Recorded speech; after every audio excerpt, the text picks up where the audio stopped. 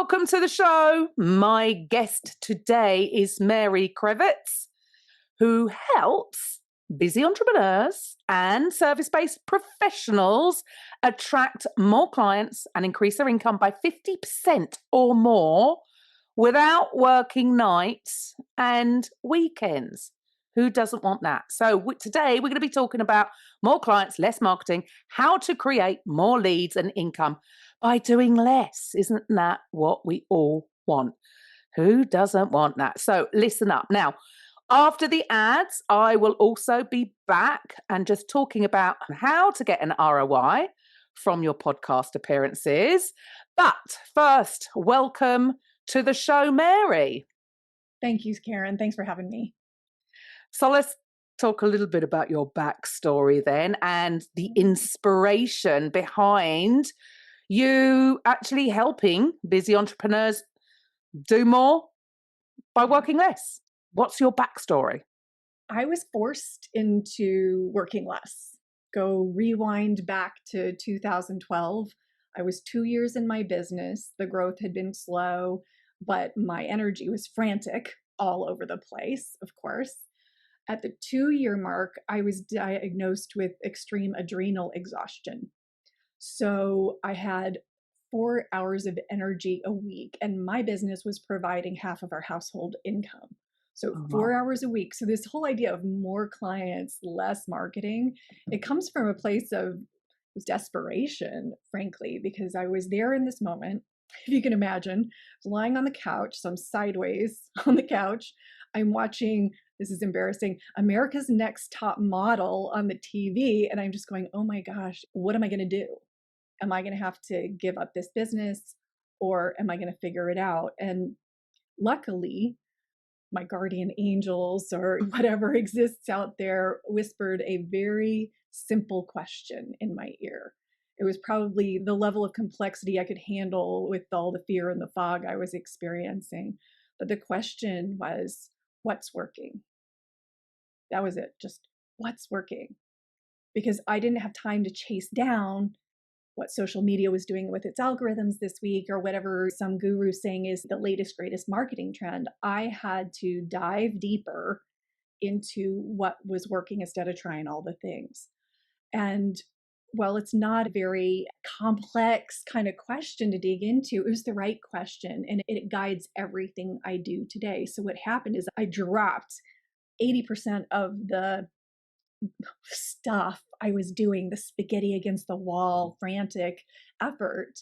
And as I was recovering my health, 4 hours a week of energy to work, my business started growing. And so from just this idea of what's working, and I started with lead generation, what's working. And then I started to look at each piece of the puzzle and I came up with this overall system. Instead, so helping people see that instead of looking at client generation or marketing, like this big, messy marketing world with all the options, all the noise, we're looking at client generation and getting very specific in just a handful of areas. And when you do that, you don't have to spend all your time marketing, and instead you can be focusing on the work you love, the clients. Oh, music to my ears, because this is the thing, isn't it? That so many people just feel that they've got to keep up. Yeah. Because this guru is saying, do it this way, and this guru is saying, do it that way. And they feel that they should be doing everything. And it ain't necessarily, but they're almost made to feel that they're less than if they're not keeping up with all the different things, TikTok reels and this and that. And it's exhausting, isn't it? And so you're just proof, or your story is just proof, your personal story, that when you were forced to actually take a step back and do less, guess what happened? Your income increased. Who knew? So and I think that's such great info for people out there who are, because they feel like they're failing if they're not actually keeping, I'll rephrase that. They have feelings of guilt if they're not showing up and doing all the different things that everybody's telling them that they should be doing. And you're so right, because is it actually working? Going for these viral moments is my, or worrying about, have I got any, I haven't got any likes or comments on that post that I did. Nobody cares. That's all ego metrics, and it doesn't turn into sales, does it? No. This is the thing, is that especially newer business owners, is they do two things. They look at what's happening on the outside for other people. So social media is everywhere. So you think that's it. And they mistake the likes and those ego metrics as the point.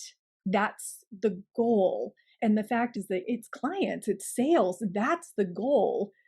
And if you haven't made a really direct connect the dots between what you're doing and getting those sales, you can feel like you're succeeding, but your bank account does not reflect that, because it's not the right metric. You're not focusing on the right things. Absolutely. Yeah, They're just busy being busy. Look, I've been there, I've done it, so I 100%. totally understand it. Busy being busy, but actually I've got no money in my account. So, come on, you must have some kind of, how do you do this? Busy entrepreneurs, they're busy. So, what is your process? How do you help them increase their income by doing less? Who doesn't Yeah. want that? It Everything is a system. It's about having all the pieces together. But one of the most important things to look at is your lead generation. Like, where are your clients actually coming from? And I have this super easy exercise. It's literally like right after I asked myself the question, what's working? I sat down and I did this exercise myself, and I've been teaching it for 10 years since.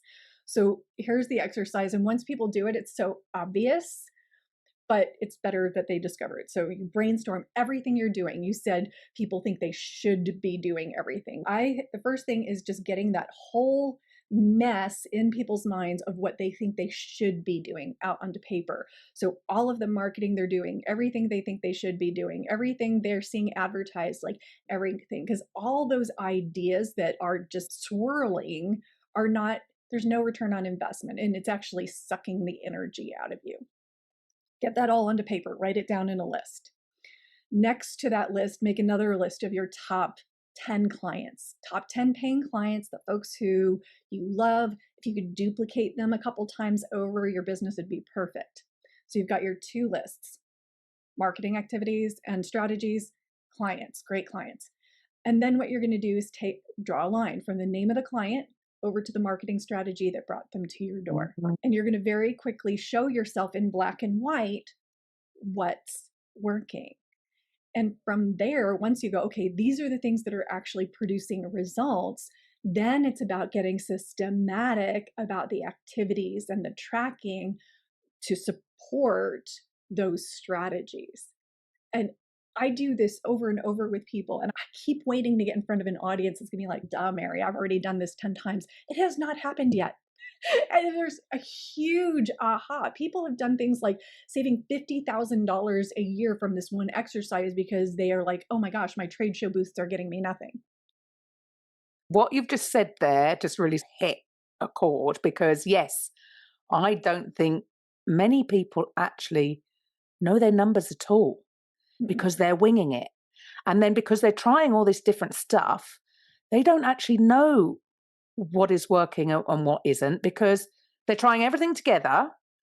And then do you find that some people don't even know which method that particular client came from? I get it. Sometimes it could be a combination, because maybe first they saw a post and the second time they saw this, or the third time it was an email that is. So sometimes it might be, or you might think differently. Is it that easy to track back which part? Because sometimes they're on a sales journey. So it was the final piece of the puzzle that moved them to take action. But actually, would it have happened if they hadn't have done step 1, step 2, step 3 in advance? Does that make sense?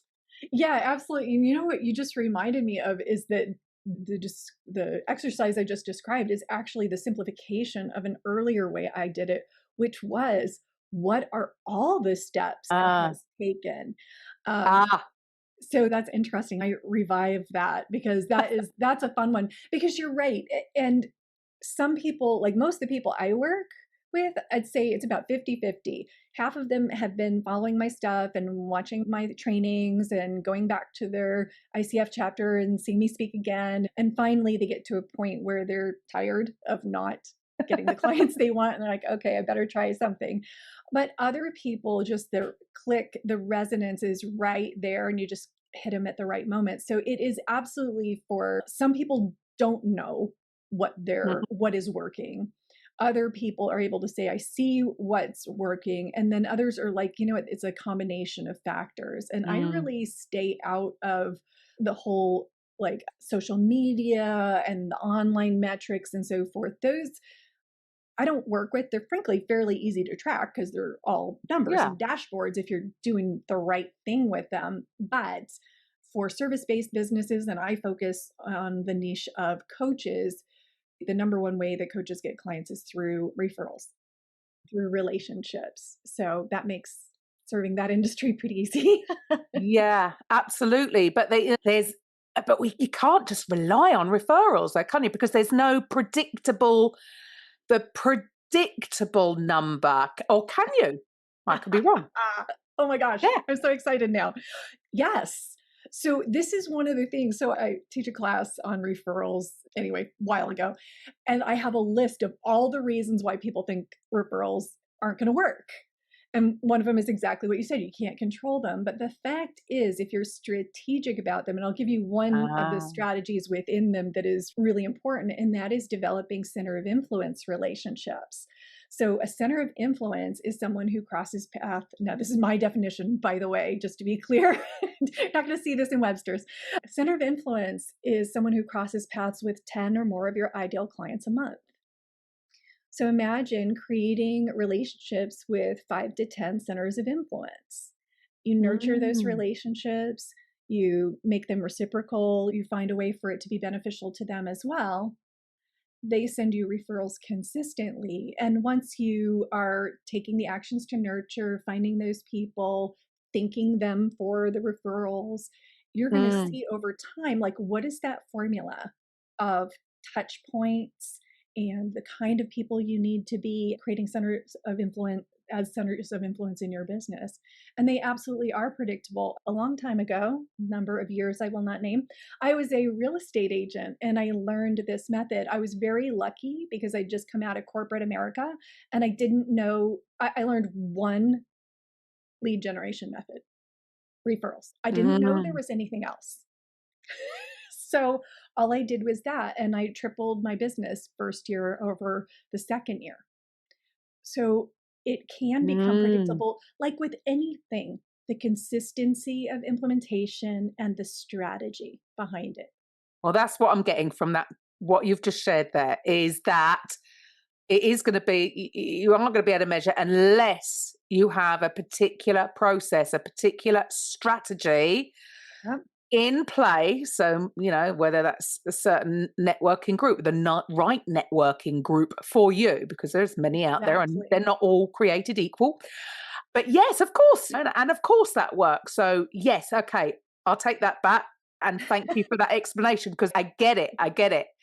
But what do you think is the real reason why so many coaches are feeling stuck right now and that they're not gaining momentum? What's going on, would you say, at the moment? At the moment, we're in a tough economy. So that Mhm. is impacting everybody. And I think, gosh, there's so many different reasons, but I'm just going to pick one of them. And a lot of coaches come out of their previous career, either in academia or a corporate sector, or even just managing a home. And there's this thing I call burnout backlash, Mm, where they had this career that was just high pressure, high stakes. They might have even experienced a burnout, an actual physical burnout like I did. And because they want a very different experience with their coaching business, they're very tentative about putting Mm, the energy into it that is needed to actually make it grow. And so mm, there's this, it's like before they were all in over here with their business, now with their career, then there's this swing, there's this tentativeness. So even though they want this business, they're like, but I don't want to be overwhelmed and I want a lifestyle of freedom. Add to mm, that the fact that over here in their other career, business was delivered to work was delivered to mhm, them. That's not what's happening over here. And they don't know how to do it. mm. Reluctance, lack of skill set. Also, let's add a little resistance to the picture in they have of sales and marketing. Yeah. And It's then, just very, it's analysis paralysis. It is genuine concerns for not recreating the same kind of crazy, but an absolute, usually just a huge lack of knowledge about how to put it all together. yeah. And I get that because Yeah. all of a sudden you got your own business, all of a sudden you've got to wear all these different hats. And Yeah. let's face it, very few come into it as experts in sales or marketing. And if they've been in a corporate career, they've got an HR department, they've got an advertising, they've got a marketing Yeah. budget, they've got it's very different. But what you just said there about they're going too tentatively, it's like they want this thing, but you're right, they're actually just dipping their toe in the water. Yeah. And I get it. It must, there's a fear behind that, fear of failure, fear of success, which I never understood until maybe only a couple of years ago. And then I had a real, oh, this is what it is. Who knew? I used to almost be insistent. You're joking that nobody has a fear of success. It's a fear of failure. What are you talking about? And it's, oh, okay. Now I get that side of it. Wow. But yeah, so what would you say to those people who they know themselves, they know in their heart that maybe that is what I have been doing. What would you say to them? What do you think is the real reason as to what's holding them back? I always think of specificity. Okay. So hear me out. Specificity of action. Because these people, they want this business, they want to be successful, they want to make an impact. Like, bottom line, that's one of the most important drivers, like it is for me too. And so they'll get into their day, they'll sit down at their desk, they'll be like ready to go and do something for their business, and they don't know what to do. Mm, And so they end up overworking, but not doing the mm, right things. So the thing I'm always talking about is you have to be, you don't want to spend all your time marketing and pounding the pavement looking for a business. So that means that when you sit down to do that work, you better know what that work is. So once you take the time to say, okay, here are the hours I want to work, here's the money I want to make, here are the clients I want to work with, and just get very specific about those things, then you know how much lead generation to do. When you know your mm, industry, which lead generation strategies are going to work for you. You always want to dive deep into what feels best for you, where you have your natural credibility and networks. And then it's about attracting the leads and then closing the leads. So when people have more specificity, then this kind of burnout backlash thing gets relieved, because when people can see in black and white, oh, look, if I put 4 hours a week into the client generation, I'm likely to build the business I want. So I can stop freaking out, stop having all this resistance, and brilliant. actually move forward. Love that. And what I was going through my head when you were saying that is also, this is just so powerful, is the fact that when you do that, and guys, you need help to work this out. You can't do it by yourself. That is the fact of the matter. Everybody has a coach, right? Don't be afraid of taking on a coach. So Mary is here to help me go through that. And I think one of the really powerful things about what you just said is the fact that when you have this done, it's just part of your day. And the real missing link there is the fact that you can remove any emotion behind that action, because this is one of the biggest things that I'm not saying I still don't struggle with, but I'm very aware and it is a lot easier than and things were. But when you can detach yourself from the outcome, which I get when you're starting out, you want that sale, you want that sale, you want that sale. But here's where it is when you can find a way to do that, guess what happens? The sales come in. And would you, that is just, I never used to get it, used to hear it, and you think, and then when you get it, you're like, oh, I've been my own worst enemy. I was a person that was in my way because I was too hyper focused on, I need the next sale, I need the next sale, I need the next sale. Yeah. And that's that. What I'm always trying, what we're always working towards is creating a curiosity based lead generation, or I think of it as attraction, client attraction systems, because it's about, instead of promotion, work with me, which what is what the world looks like, by the way, too. So that's that whole what we see and what works disconnect. What we see out there is people shouting about their thing. And really, when you position yourself to attract curiosity, to invite participation, like the vibe changes. One of my favorite things to do is work on messaging, like how to position yourself. And once people understand how to describe what they do from a perspective that creates curiosity, like you can just see the ownership in their Love that. body.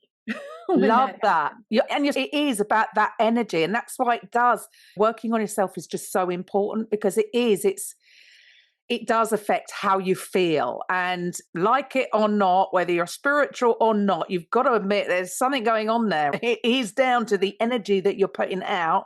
And when it is desperate, like because you need to make that sale, you're pushing it away. And when you can find that way to become detached from the outcome, oh, yeah, and I get it, easier said than done, but it takes practice. Yes. That's when it takes practice and it takes yeah. process. Yeah. So early on, so one of the things that I love to teach is a sales conversation process, because that's where people have a lot of lack of confidence. Like their energy gets really funky because it's about money. It's about not looking pushy. It's don't look like that used car salesman. Just all their stuff burbles up. And what I hear people saying is, I need to work on my confidence. And I disagree, because if you're waiting for your confidence to catch up, you could be waiting a while. So having a process in place where it's, okay, I know the questions to ask. I am inviting people to enroll themselves in a very specific way. Your confidence doesn't play as, it's not as strong of an energy or an influence in the conversation. It's more about letting the process work, letting someone go through a discovery process, and your confidence catches up eventually. There you go. Yeah. So true. It's practice. So you need a process, guys. You need a process. You need the systems in place. And yeah, don't wait for when I have more confidence and I'm going to make more sales. No, do the thing and you get the energy to do the thing.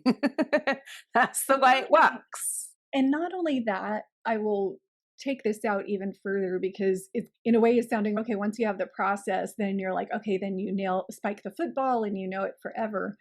But one thing that happened for me, so it's like a next level emotional barrier that I crossed, is last year my systems were really working. I had everything in place. So when I was doing speaking gigs, I knew how to present. I had my referral thing. Like everything was very well documented. And beginning of last year, my mother passed away unexpectedly.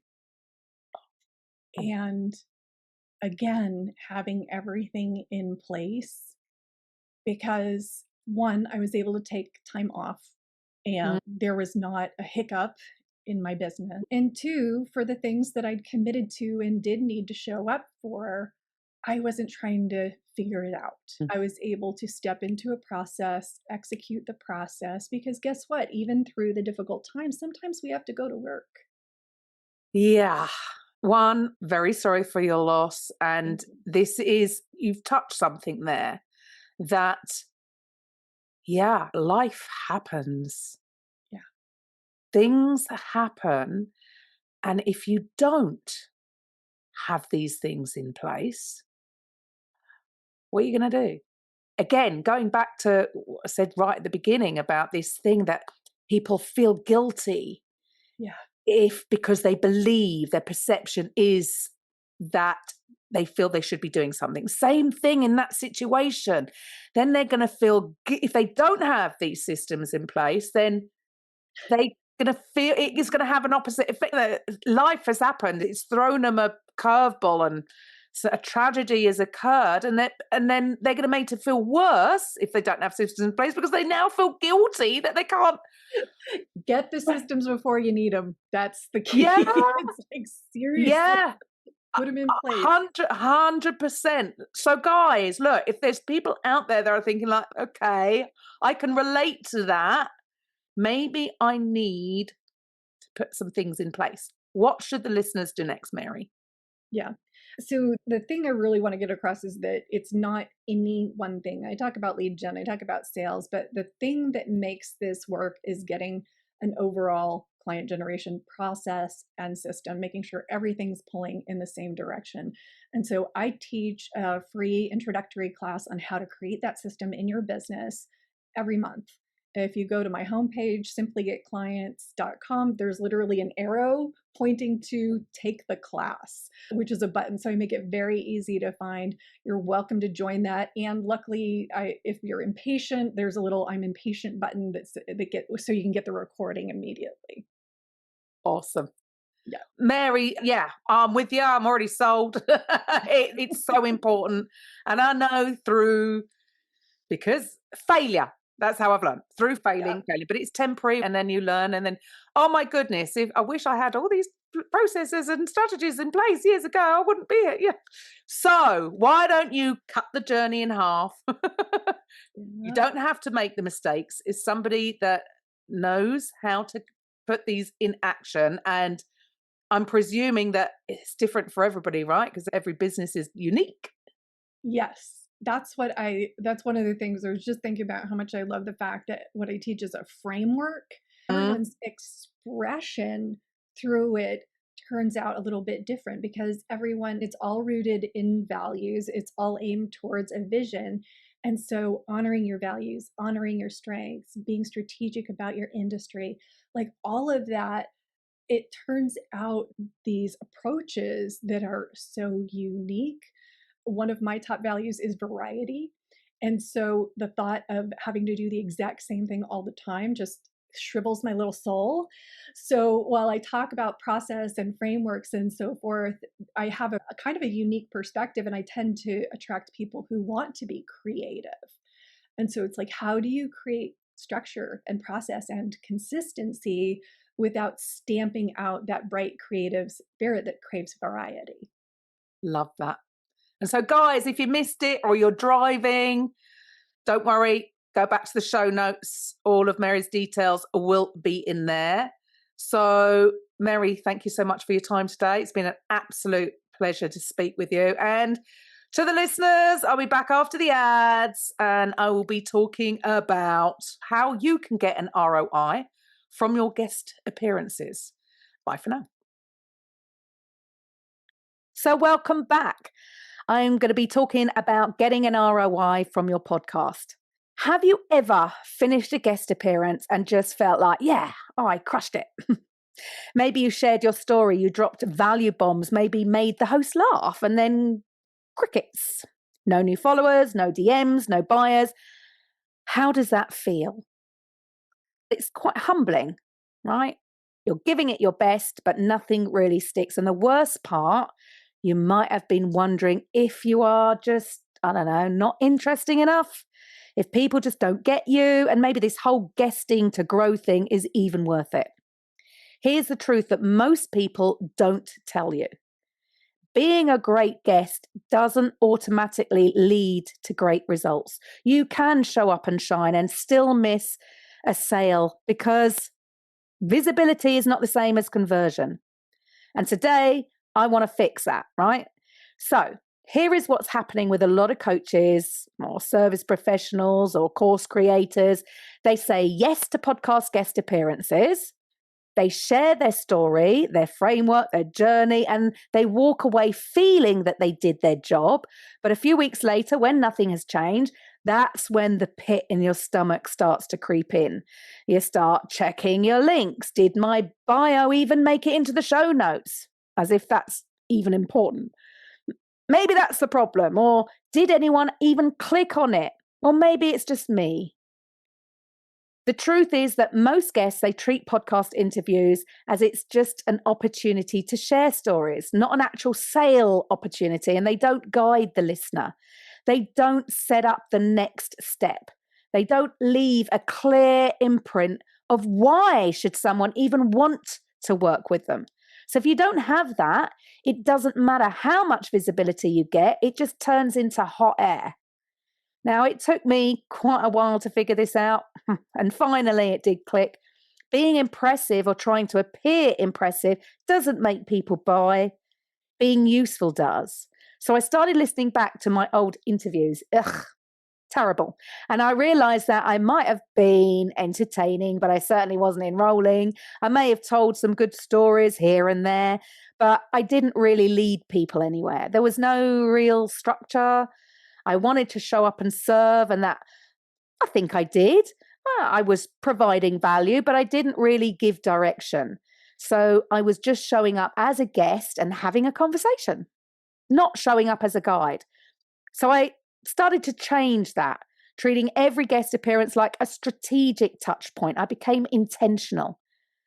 There was no script, but there was a strategy behind it. It's not just, here's my story, here's how I can help you right now, and here's where to go if you are ready. And that is just one of the shifts that really changed everything, because here's what most people miss.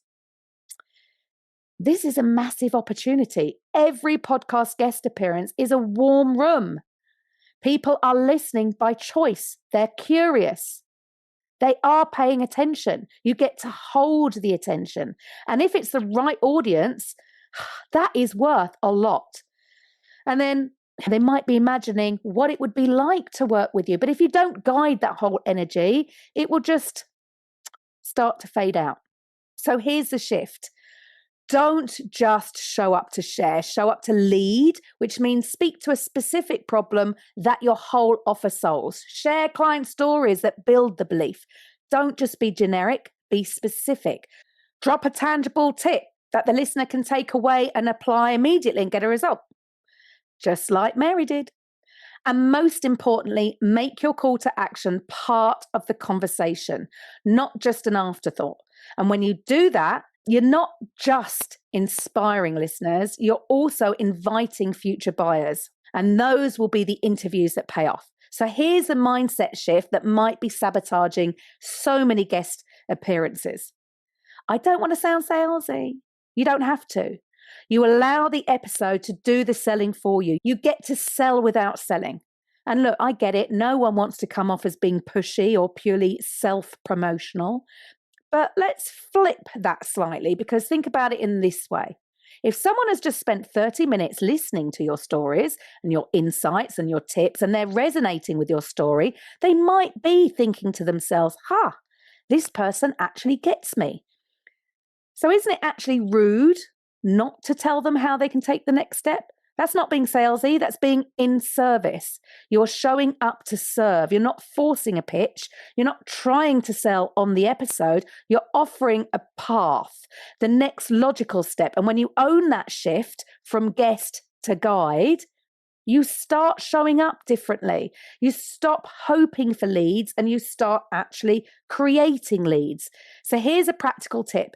Here's what I want you to do on your next guest appearance. Number 1, plant the problem and start early in the conversation. Name the pain that your ideal client is possibly feeling right now and be specific. The idea is to make them nod whilst they're listening to you. Number 2, share a win. Mention a client result. It doesn't have to be in a braggy way, but it's just proof that you solve real problems. And number 3, offer a clear next step. Instead of, you can find me on Instagram, find me on LinkedIn or Facebook. Say something like, if you're listening and thinking, hey, this is me, I've got a free tool that helps you take the first step. And then just go to your insert link, right, for that free thing. No vague invite, clarity. Once they're in, then you can share with them how they can find you on Instagram or LinkedIn, because people, they want to move, but you've just got to make it easy for them to take that next step. If you've been showing up on podcasts and you've not been seeing buyers come through, this is your wake-up call. Start showing up like someone worth hiring, not just smart, not just inspiring, but strategic.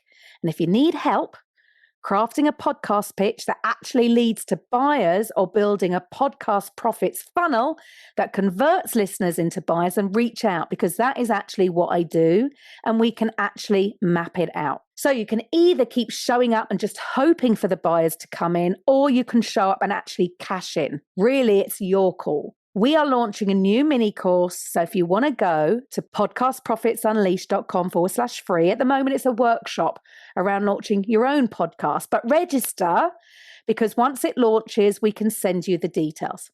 It will be my free gift to you if you want to get an ROI from your guest appearances. See you next week. Bye for now. Thank you for listening to today's episode on the Podcast Profits Unleashed podcast. If you're